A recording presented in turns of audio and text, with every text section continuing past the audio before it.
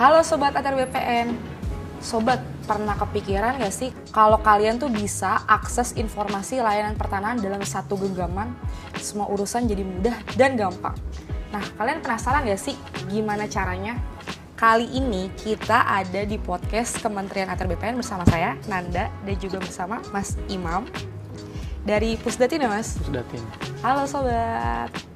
Kali ini kita mau bahas salah satu aplikasi Gong untuk mempermudah masyarakat dalam mengakses informasi terkait layanan-layanan apa aja yang ada di Kementerian BPN. Betul, Mbak. Aplikasi apa Mas namanya Mas? Namanya aplikasi Sentuh Tanahku. Nah, aplikasi Sentuh Tanahku. Ya. Mungkin beberapa sobat yang ada di rumah udah pernah denger ya aplikasi Sentuh Tanahku itu apa ya?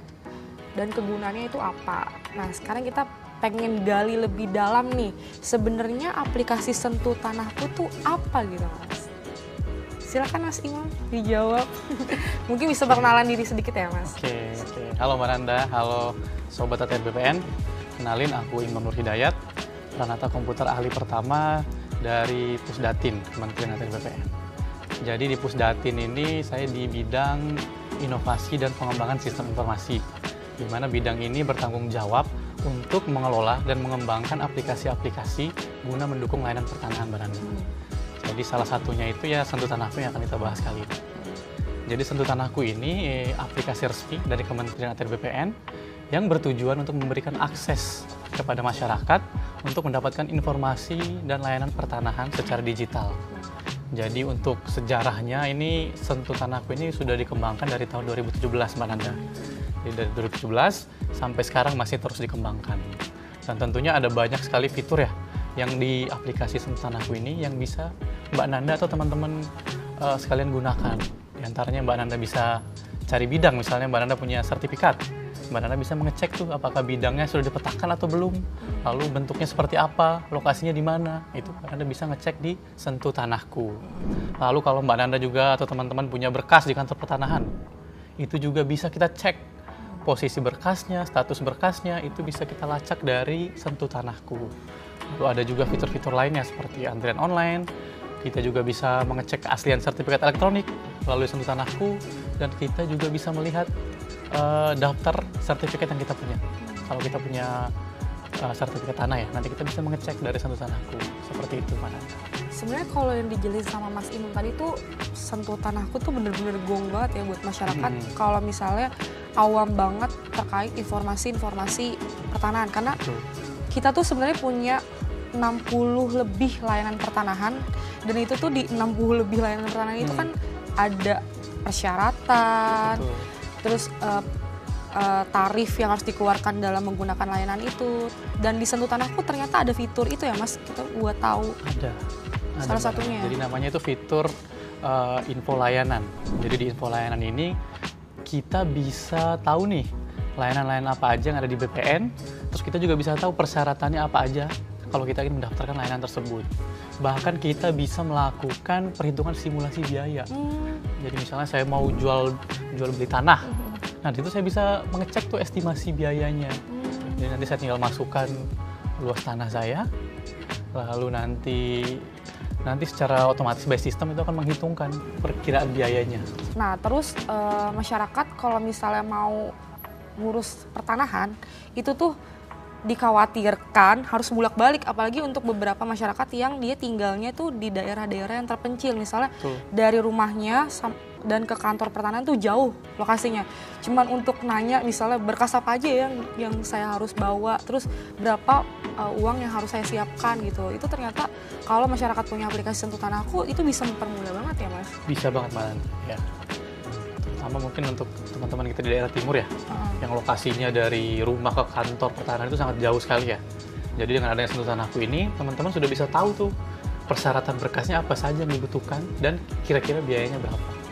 Berarti teman-teman yang ada di wilayah timur atau wilayah-wilayah yang emang akses terhadap informasi ke kantornya itu jauh, itu bisa banget gunain Sentuh Tanahku sebagai referensi gitu untuk informasi layanan pertanahan kan Betul, Mas. Mananda. Soalnya dari fitur-fiturnya emang ternyata banyak banget ya Banyak Mas. sekali dan terus-menerus kita kembangkan sampai saat ini. Kalau misalnya ada juga beberapa masyarakat yang kepo juga Mas, bisa nggak sih saya tuh ngecek sertifikat tanah saya melalui aplikasi Sentuh Tanahku? Bisa banget, Mananda. Itu caranya gimana tuh Mas? Jadi untuk mengecek sertifikat tanah yang kita punya nih, itu ada namanya menu sertifikatku. Nah, menu ini bisa kita akses kalau kita sudah punya akun Sentuh Tanahku dan akun tersebut sudah diverifikasi, Mbak Nanda. Jadi wajib diverifikasi ya. Jadi nanti konsepnya itu data NIK kita sebagai pemilik akun Sentuh akan dipadankan dengan data pemilik sertifikat. Apabila match, maka akan muncul semua list sertifikat yang kita punya. Jadi misalnya Mbak Nanda nih punya 5 sertifikat. Ya. Nanti 5-5-nya akan muncul di situ Mbak Nanda. Di menu sertifikatku Sentuh Tanahku. Gimana cara melakukan verifikasi akun Sentuhnya itu Mas? Nah, untuk verifikasi akun Sentuh ini ya Mbak Nanda dan teman-teman, itu ada 2 cara ya. Jadi yang pertama, itu bisa langsung melalui aplikasi Sentuh Tanahku. Nanti Mbak Nanda cukup foto KTP lalu mengisi data diri, serta nanti ada juga pengenalan wajah ya untuk memastikan KTP dan wajah yang melakukan verifikasi itu sama ya. Jangan sampai kayak orang lain ya. Betul, Pak. Jadi nanti kita akan melakukan pencocokan data dengan data dari Dukcapil. Ya, itu cara yang pertama seperti itu. Cara yang kedua bisa melalui Kioska. Yaitu Kioska ini mesin anjungan pencetakan sertifikat elektronik. Jadi selain untuk mencetak sertifikat elektronik, Kioska ini juga bisa digunakan untuk melakukan verifikasi akun Sentuh.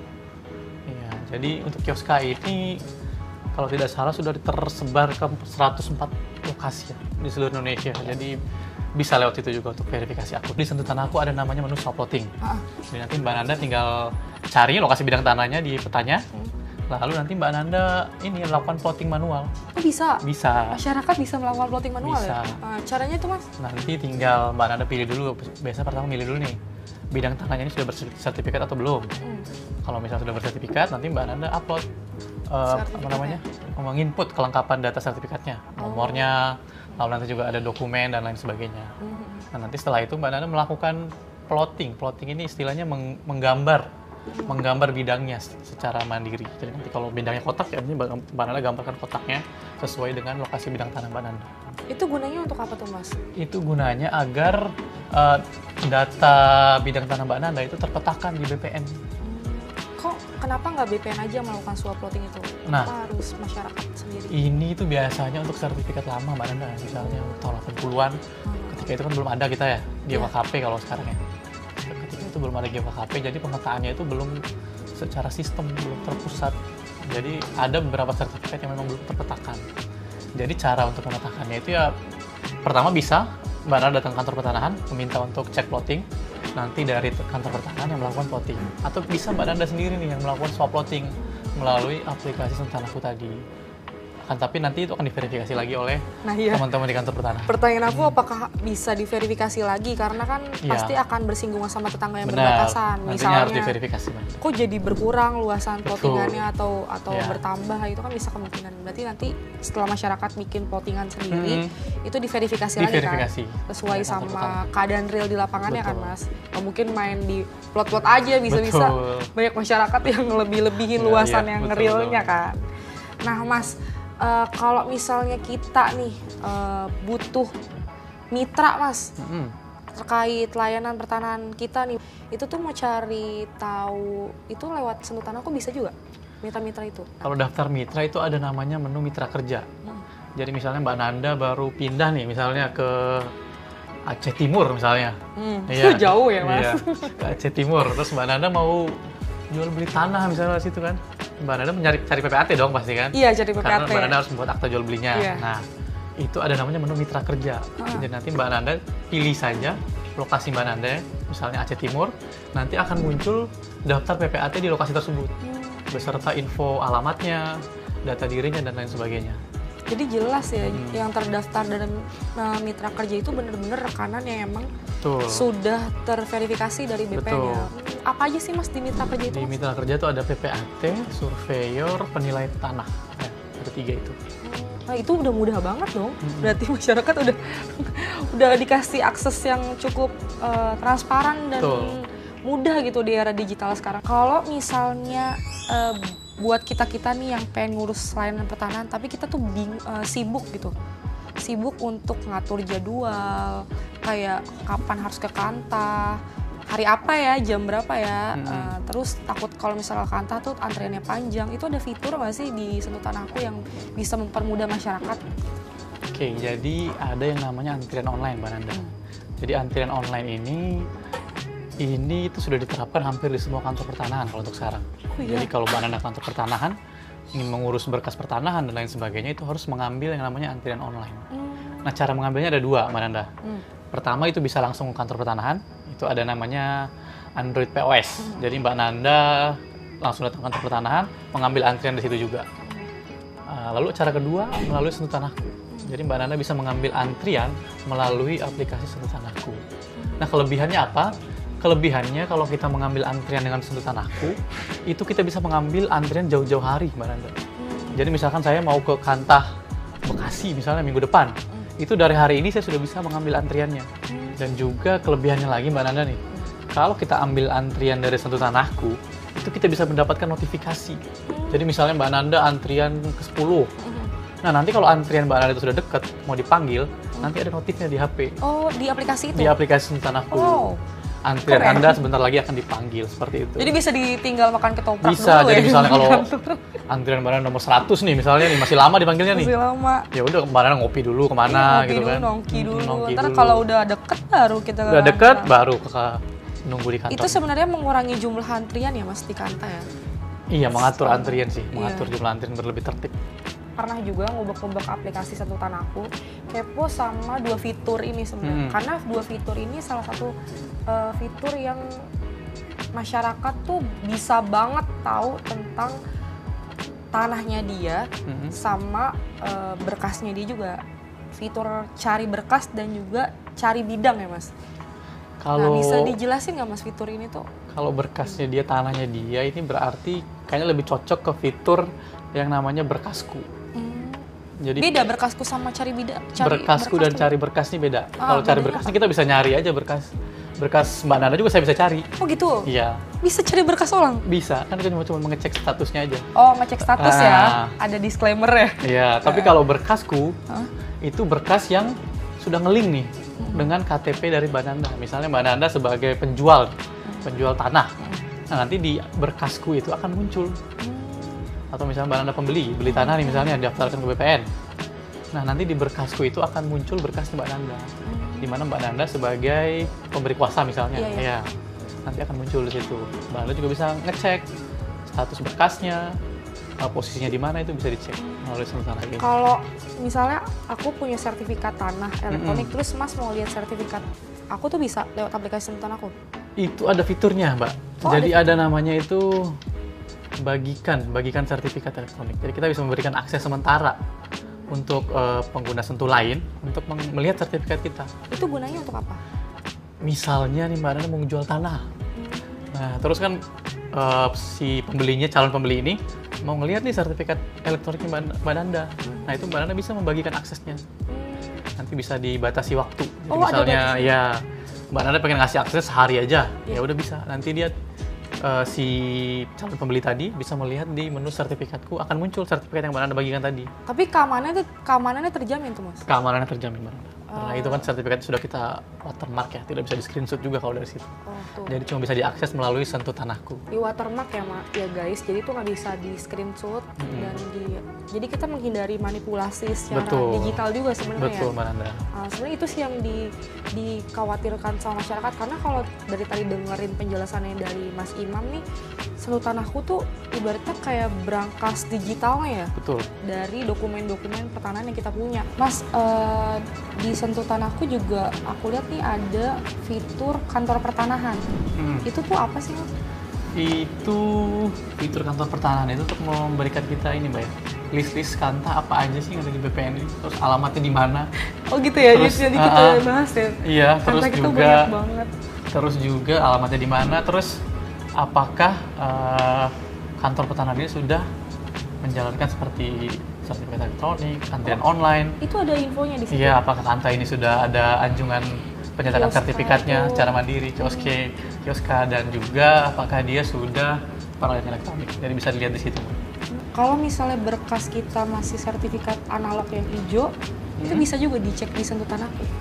Di sertifikatku tuh muncul juga, Pak. Jadi muncul bukan juga. hanya sertifikat elektronik ya yang muncul. Iya. Akan tetapi sertifikat analog juga akan muncul di situ. Jadi semua sertifikat yang Mbak Nanda punya akan muncul di menu sertifikatku. Di Sentuh Tanahku itu kita bisa mengecek keaslian sertifikat elektronik. Jadi misalkan Mbak Nanda mau beli tanah, sertifikat sudah elektronik. Nah, pastikan si penjualnya itu ngasih cetakan biasanya, Mbak ya. Salinan Yang resminya itu, ya. salinan resmi sertifikat elektronik. Nah, gimana Mbak Nanda mengecek, memastikan bahwa sertifikat salinan sertifikatnya ini asli? Nah, itu Mbak Nanda bisa menggunakan yang namanya scan di Sentuh Tanahku.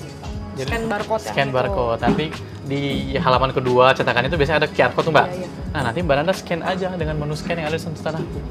Apabila muncul file elektroniknya di Sentuh Tanahku, maka bisa dipastikan sertifikatnya itu asli dan terdaftar di BPN. Nah Mas, kepo deh Mas.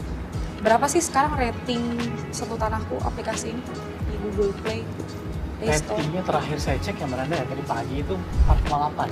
4,8? 4,8 dan ini sudah naik banget ya sebenarnya. Dulu itu pernah 3 komaan, tapi sekarang sudah, alhamdulillah ya sudah 4,8 ratingnya. Ini cukup tinggi ya sebenarnya. Itu salah satu pencapaian juga nggak Salah buat satu Mas sebagai pencapaian. pengembang aplikasi? Betul Mbak. Nah, karena mungkin dari pimpinan kami juga ya, Pak Kampus itu sangat concern ya dengan masukan-masukan atau kritik-kritik masyarakat terhadap aplikasi ini. Jadi begitu ada masukan atau saran kritik itu langsung ditindaklanjuti biasanya. Iya, jadi mungkin bisa kita lihat ya hasilnya dari rating Sentuh Tanahku yang semakin hari semakin membaik. Kalau boleh tahu apa sih respon dari masyarakat terkait tadi kritikan atau saran dalam aplikasi itu Mas? Sejauh ini apa yang Apa mereka itu? komentarkan? Ya mungkin kendala-kendala ya biasanya Iya. yang di Google Play Store itu kendala-kendala misalnya lambat atau error dan lain sebagainya. Dan itu bisa langsung ditindaklanjuti, Mbak. Langsung ditindaklanjuti, langsung kita perbaiki error-error. Cepat ya itu prosesnya? Iya, karena dipantau terus.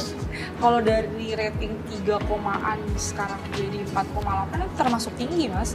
Tinggi Itu kan, berarti 4,8 dari 5 kan? Iya, berarti kan itu kan ngegambarin kalau misalnya Sentuh Tanahku ini jadi meningkatkan kepercayaan masyarakat kan Betul. aplikasinya. Dari yang masyarakat mungkin apa nih bertanya-tanya sama aplikasi ini terus udah menggunakan dan tetap menggunakan sampai akhirnya dia memberikan penilaian dengan ratingnya tinggi kan berarti salah satu indikator keberhasilannya Betul. luas ya Mas dan Iya. teman-teman dari Pusdatin gitu ya Mas ya.